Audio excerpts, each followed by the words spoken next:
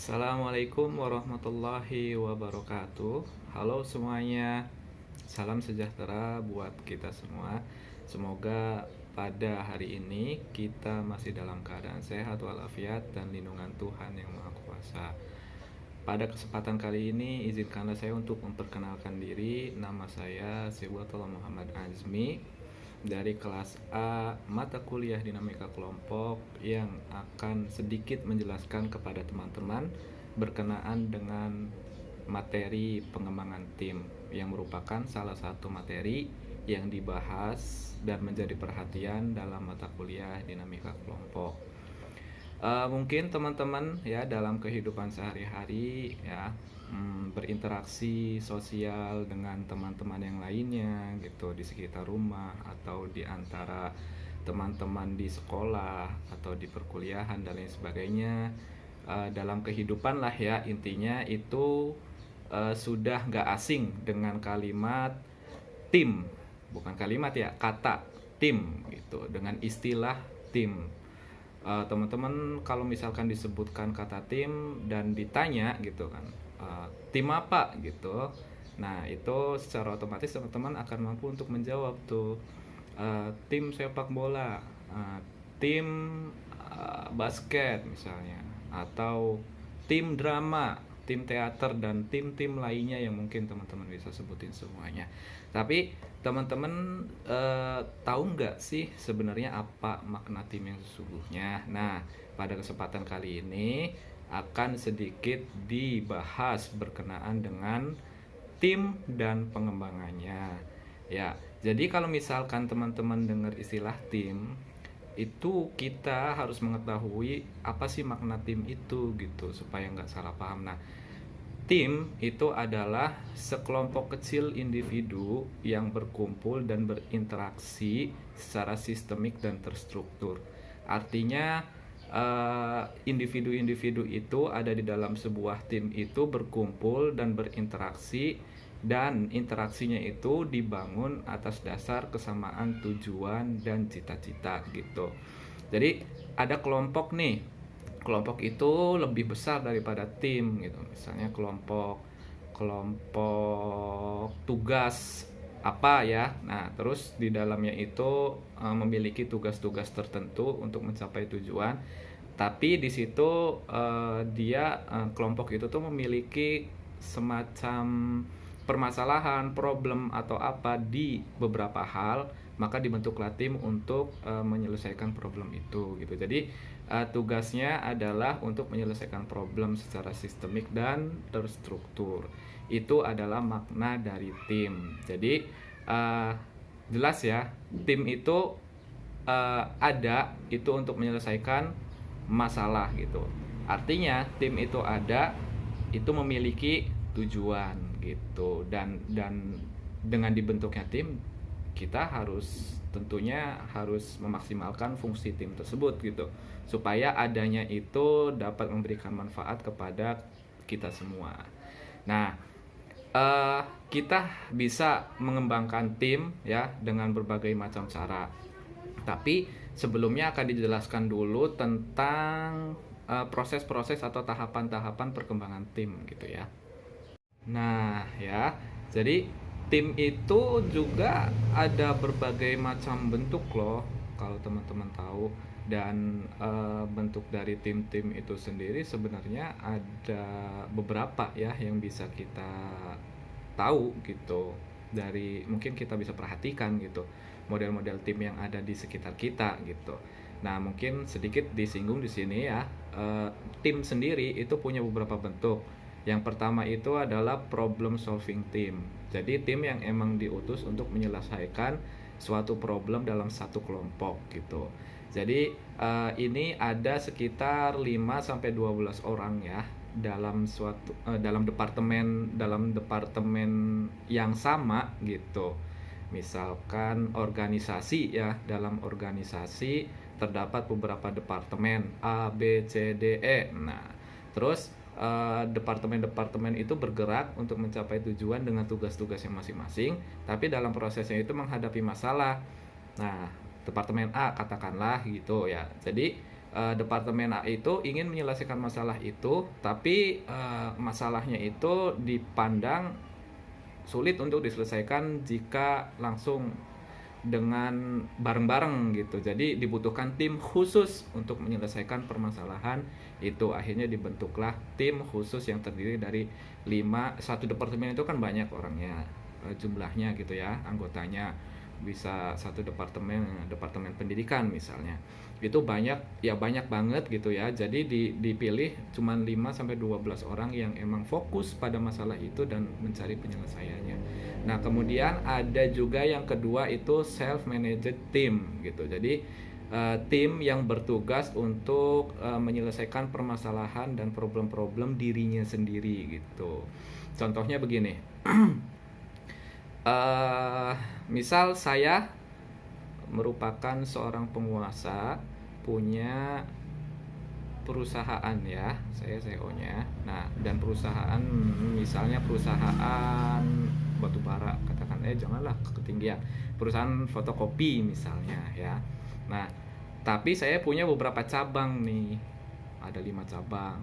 Jadi masing-masing cabangnya dipimpin sama satu manajer gitu.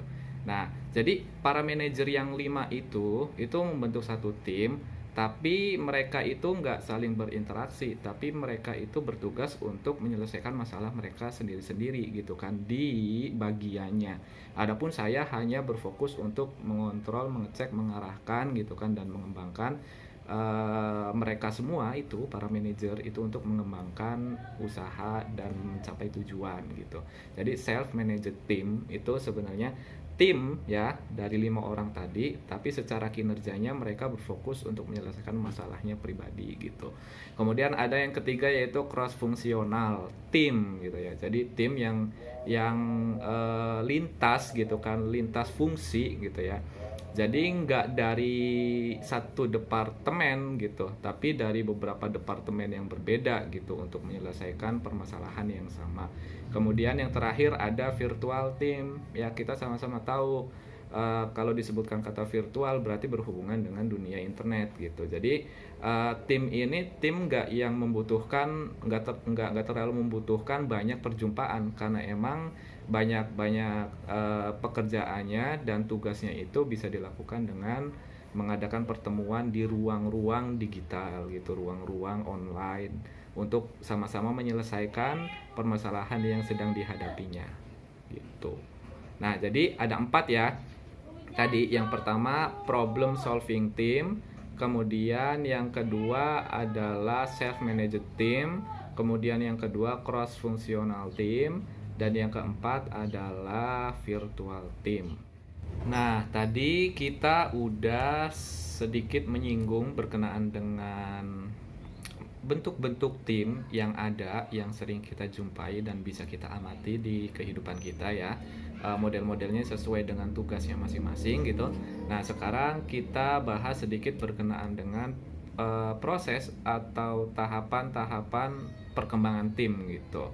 Jadi tahapan-tahapan ya, fase-fase tim itu menuju perkembangan gitu, dari awal pembentukannya sampai tercapainya tujuan begitu. Jadi di sini seenggaknya ada 4 ya proses perkembangan atau tahap-tahap perkembangan yang sering kali terjadi di dalam tim.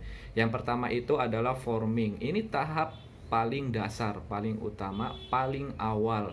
Jadi ketika tim baru dibentuk, para anggota itu biasanya bakal berkumpul tuh untuk saling berinteraksi, saling berkenalan gitu, kemudian saling memperhatikan antara satu anggota dengan anggota lainnya gitu, dan kemudian mencoba untuk memahami kira-kira di antara anggota-anggota lainnya dalam tim itu kira-kira memiliki kelebihan apa, kekurangan apa, dan kira-kira bisa atau enggak untuk melakukan kerjasama dalam menyelesaikan tujuan. Nah, ini tahap paling dasar gitu ya.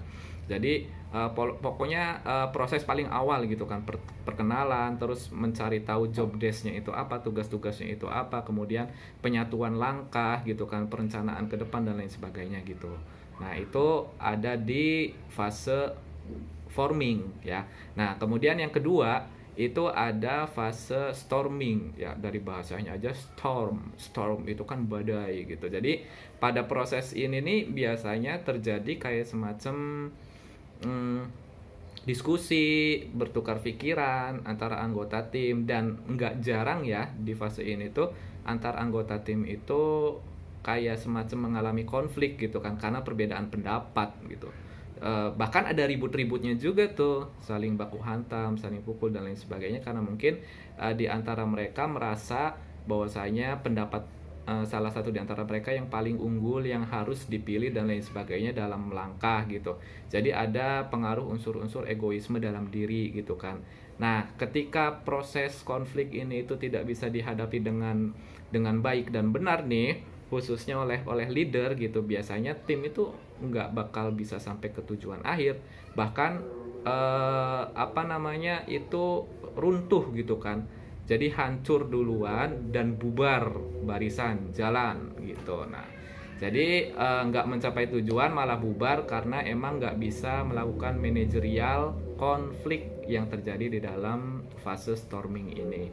Kemudian yang ketiga adalah norming. Nah, norm ya aturan, nilai-nilai, hukum mungkin bisa dimaknai juga sebagai itu gitu kan, seperti itu. Nah, jadi setelah fase storming itu kan ada gelut-gelutnya, ada proses pertukaran pendapat atau saling mengkritik, saling menyerang gitu kan, bahkan nggak jarang saling menjatuhkan gitu ya. Terjadi konflik lah intinya, ya intinya adalah terjadi konflik. Nah, setelah konflik itu mampu dihadapi dengan baik dan benar, biasanya ada semacam law, hukum, aturan yang disepakati tuh sama anggota tim untuk dipegang teguh supaya hal-hal yang udah terjadi tadi nggak terjadi lagi gitu. Nah, ini ada di fase norming gitu kan, penetapan, pemantapan aturan berkenaan dengan langkah-langkah ke depan lebih lanjutnya. Jadi setelah ini nih langkahnya itu tuh lebih rapi, lebih tenang gitu kan, lebih dewasa, karena emang fase-fase sebelumnya itu udah dilalui. Kemudian yang terakhir adalah performing, yaitu fase di mana anggota tim itu sudah giat-giatnya, semangat-semangatnya untuk melangkah mencapai tujuan bersama. Ya, jadi yang tadi tuh dari awal sampai nomor 3 itu udah lewat. Nah, kemudian di performing ini, di fase performing ini, anggota tim itu fokus untuk menjalankan tugas gitu kan secara maksimal hingga mencapai tujuan. Nah, itu jadi tahapan-tahapan proses perkembangan tim gitu. Ketika proses perkembangan tim ini terjadi gitu ya, dari tahap ke tahapnya ya secara urut gitu, maka tim itu akan mencapai keefektifan gitu. Dan hal yang paling utama yang harus diingat dalam mengembangkan tim atau membentuk tim yang efektif adalah dengan memahami tujuan yang telah ditetapkan. Tim yang udah benar-benar memahami tentang tujuan apa yang mau dicapai, itu biasanya langkah-langkahnya itu dan segala sesuatunya itu akan berorientasi kepada tujuan gitu. Jadi ketika ada konflik, ingat tujuan gitu. Ketika ada keinginan untuk bubar, ingat tujuan gitu.